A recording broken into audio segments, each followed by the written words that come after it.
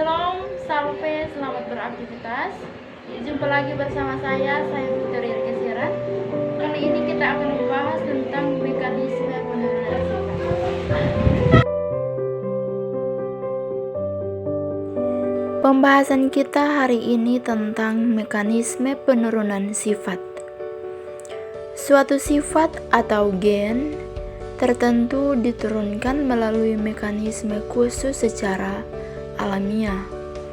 Penurunan diperoleh karena adanya pembentukan zigot sebagai konsekuensi pertemuan sperma dan sel telur atau fertilisasi.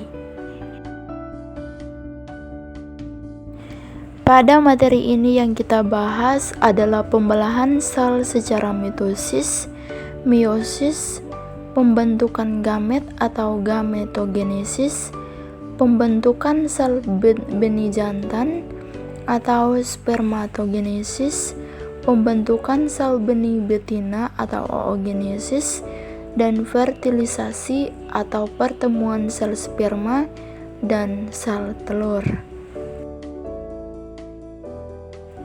Kita masuk pembahasan yang pertama adalah mitosis. Mitosis adalah proses pembelahan sel di mana setiap sel atau inti yang terbentuk tetap bersifat diploid atau 2N. Mitosis terjadi di sel tubuh atau sel somatik dan berfungsi untuk menambah jumlah sel pada ternak yang sedang tumbuh dan menggantikan sel-sel yang rusak atau mati. Yang berikut adalah tahap-tahap dan kejadian pada setiap tahap mitosis. Pada tahap yang pertama adalah tahap profase. Pada tahap ini kromosom memendek dan menebal. Sentriol membelah dan bergerak menuju katup berlawanan. Membran inti menghilang. Terbentuknya benang spindel seakan penghubung kedua sentriol.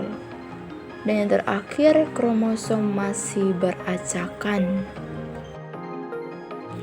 Berikut tahap yang kedua adalah tahap metafase. Pada tahap ini pengaturan kromosom pada bidang ekuator. Kromosom menggantung pada benang spindel lewat sentriol. Tahap yang ketiga adalah anafase. Anafase memiliki sentromer membelah sehingga kromatik terpisah. Kromatik bergerak menuju katup masing-masing atau katup berlawanan. Tahap yang kelima adalah telofase. Telofase memiliki membran nukleus berkerut pada bagian tertentu yang mengakibatkan sel terbagi menjadi dua, yaitu membran inti terbentuk kembali, kromosom berubah menjadi ramping dan panjang, dan terbentuk sel-sel baru selanjutnya kembali ke tahap profase. Oke, kita lanjut. Tadi telah kita bahas tentang mitosis, sekarang kita bahas tentang meiosis. Meiosis adalah proses pembelahan sel inti di mana sel yang terbentuk bersifat haploid. Meiosis terjadi pada sel kecambah atau sel kelamin. Proses meiosis melalui dua pembelahan, yaitu pembelahan 1 dan pembelahan 2. Pada meiosis 1 menghasilkan 2 sel diploid dan pada tahap kedua menghasilkan 4 sel haploid dari 1 sel induk.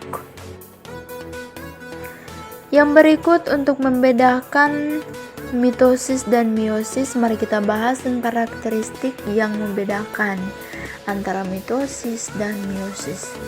Jadi mitosis memiliki pertukaran genetik tidak terjadi antara kromosom homolog dan setiap siklus menghasilkan 2 sel. Isi sel baru identik dan berlangsung sejak zigot dan semasa kehidupan individu. Sedangkan meiosis itu terjadi pertukaran kromosom yang homolog. Siklus 4 sel, jumlah kromosom sel baru setengah dari sel awal. Sel baru tidak melakukan pembelahan secara meiosis. Terjadi pada sel kelamin. Dan yang berikut adalah berlangsung ketika masa akhir balik atau dewasa kelamin. Kita lanjut, pembahasan yang berikut adalah gametogenesis. Jadi gametogenesis adalah proses pembentukan gamet pada makhluk hidup. Pada ternak jantan, spermatogonium yang bersifat diploid atau 2N yang bertambah ukurannya dan disebut spermatosit primer atau diploid. Pada tahap 1 meiosis, satu sel membelah menjadi 2 sel di haploid yang disebut spermatosit sekunder. Dan pada tahap proses meiosis yang kedua, setiap spermatosit sekunder menghasilkan 2 spermatid atau haploid yang tidak mengalami perubahan genetik. Dan yang terakhir, selama proses spermatogenesis, sebagian besar sitoplasma hilang dan ekor sperma terbentuk. Akhirnya terbentuklah 4 sperma atau mikrogamet yang bersifat haploid. Oke, kita lanjut yang berikut, yaitu fertilisasi. Jadi fertilisasi atau proses pembuahan adalah masuknya sperma ke dalam ovum agar terjadi pertemuan inti sel gamet atau yang disebut sel sperma dan sel telur. Fertilisasi terjadi karena perkawinan atau yang disebut breeding. Fertilisasi menghasilkan sel zigot bersifat diploid karena bersatunya mikrogamet atau sperma dan makrogamet atau ovum yang masing-masing bersifat haploid. Ketika pembuahan kromosom-kromosom homolog akan saling bergandeng dalam zigot. Pembahasan kita yang berikut adalah proses fertilisasi yang tidak normal.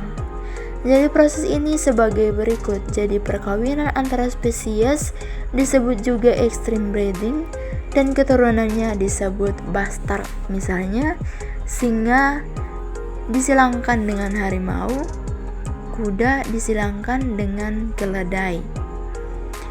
Proses gametogenesis pada hewan tersebut antara singa dengan harimau, kuda dengan keledai. Jadi proses tersebut tidak normal sehingga ternak menjadi steril atau yang disebut dengan mandul. Sekian pembahasan kita hari ini, semoga bermanfaat. Jika ada kekurangan, saya mohon maaf. Semoga video ini bermanfaat. Terima kasih. Salam sehat.